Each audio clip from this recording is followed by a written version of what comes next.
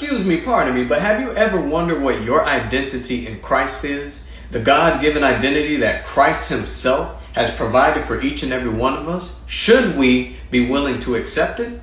Well, we happen to be going through the Sermon on the Mount. And right now, in chapter 5, verses 13 to 14, there are two things that Jesus Christ calls us, and I want to share it with you. And it goes, "You are the salt of the earth. But if the salt should lose its taste, how can it be made salty? It's no longer good for anything but to be thrown out and trampled under people's feet. You are the light of the world. A city situated on a hill cannot be hidden. No one lights a lamp and puts it under a basket, but rather on a lampstand, and it gives light for all who are in the house. In the same way, let your light shine before others, so that they may see your good works and give glory to your Father in heaven."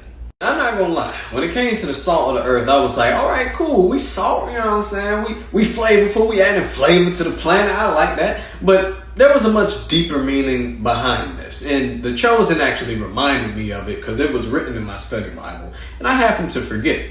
But to be the salt of the earth, you have to remember what salt was used for in antiquity. It was a preservative for food.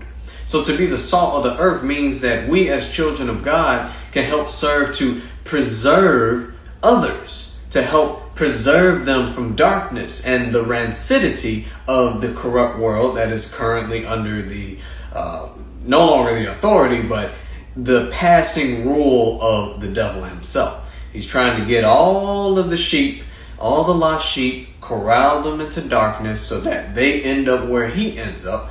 But as the salt of the earth, we have the ability and the responsibility to help preserve those sheep and bring them back home.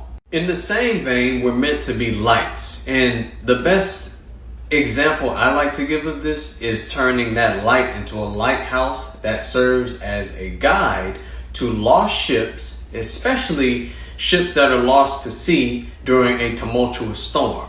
The world that we live in is becoming more and more corrupt day to day, and we're also starting to see birthing pains of the end times. There's some crazy stuff going on, and that could cause confusion for those who may not know God or may have had a relationship with God but were unfortunately scared away by those who were either preaching false doctrine or just weren't preaching full doctrine, and they may be lost right now. We are to serve as lights by the way that we live, by the way that we behave, by the way that we speak, and by the love that we show and the truth that we speak.